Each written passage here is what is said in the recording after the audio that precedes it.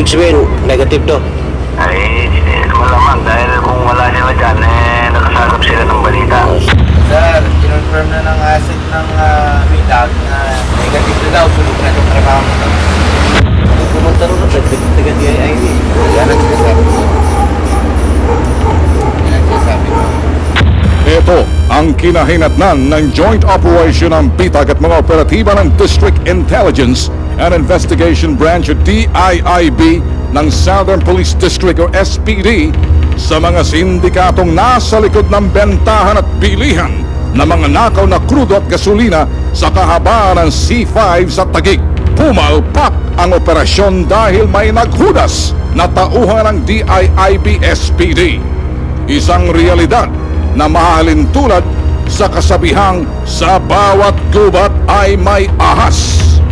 Ang kapalpakang ito ay may tuturo sa ilang operatiba ng DIIB SPD.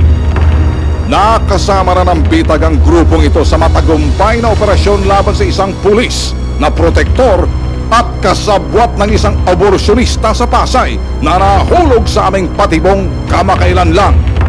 At 30 ng Agosto, isang tip ang inilapit sa BITAG hinggil sa lantarang bentahan at bilihan ng mga nakaw na krudo at gasolina sa C5. Hindi ko na po masikmura itong mga nakikita ko po na harap-harapan po kahit tanghali. Walang pinipiling oras po. May nagpapaihi yung bang mga tao na nagsisip-sip ng krudo sa mga sasakyan na kung saan binibili nila ng murang halaga. Nagagawa po nila yan dahil sa mga intelihensya ng mga pulis na nakikita ko rin na halos sa isang oras po na pag-obserba ko, mga 3 mobil ang dumadaan na nag-aabot sila itong mga nagnanakaw ng krudo sa mga truck, nag-aabot dun sa pulis ng pera. Ayun pong financer, yung nangangalan na Cynthia, ay asawa po ng retired na Philippine Army. Mula sa Centennial o sa tapat ng EP Housing Phase 2 hanggang dun sa East Service Road ng C5, doon po matatagpuan lahat ng mga makikita niyan. Kahit sa gabi, nagpa-flashlight sila. Bilang concerned citizen po na every time na dumadaan po ako, pauwi po ako sa amin, nakikita ko po yung mga talamak na ginagawa nila kung paano nila sinisip-sip yung mga krudo at alam po natin yung masama po. Besides, kung magkaroon po ng sunog, hindi lang po yung mga yung madadamay, marami pong mga taong madadamay po pa sa kanila.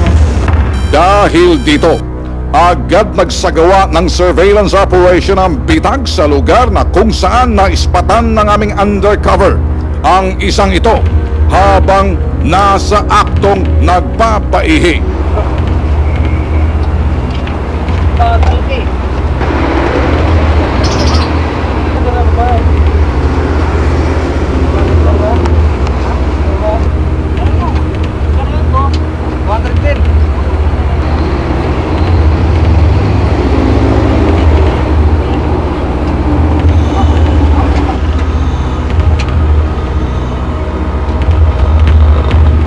Sa ikalawang pagkakataon, muli naming naaktuhan ang illegal na aktibidades ng sindikato.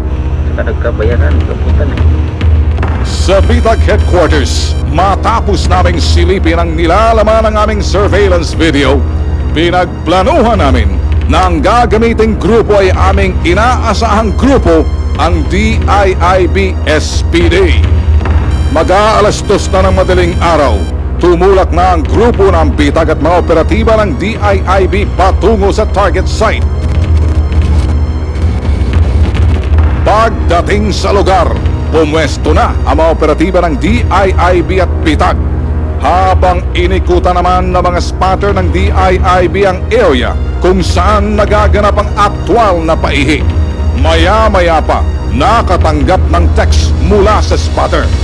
Agad naman tinawagan ng bitag undercover ang aming asset at ito ang aming napag-alaman.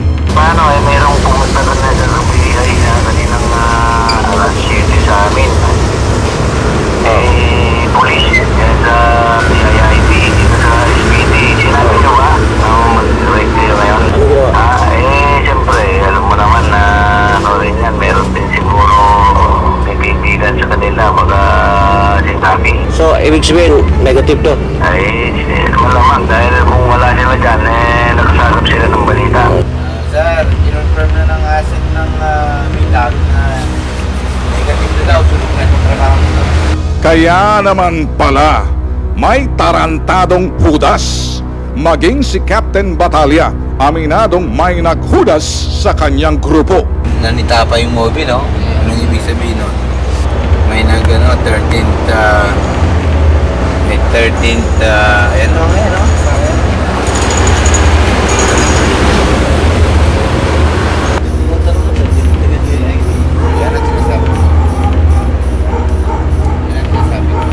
Hindi nagkulang ang bitag sa case build-up bago naming ipinasa sa DIIB SPD. Hindi na bago sa bitag ang ganitong modus ng paihi. Marami nang naisagawang matagumpay na operasyon ng bitag laban sa mga sindikato ng paihi. Mula taong 2004, matagumpay na pasok ng bitag ang isang planta na sangkot sa malawakang paihi sa Mindanao Avenue, Quezon City. Maging sa karagatan ng Bataan, napasok ng bitag at na-surveillance ang kanilang aktibidad na paihi. At mga nahuli naming sa akto sa mga lansangan sa gilid ng Pandakan Oil Depot.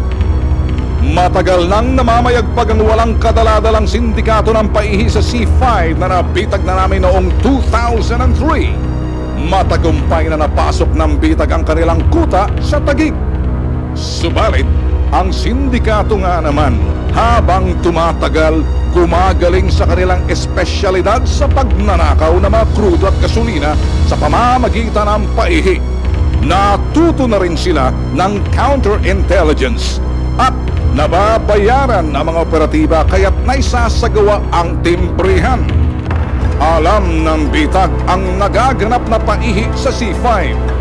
Doon sa tarantadong hudas ng DIIB SPD, kung kaya't hindi naglabasan sa lungga mga magnanakaw na sindikato ng paihi sa C5, lalabas at lalabas kayo sa lungga nyo. Itaga nyo sa bato bilang ng inyong maliligayang araw dahil ang inyong susunod na bebentahan ay mga bitag undercover na.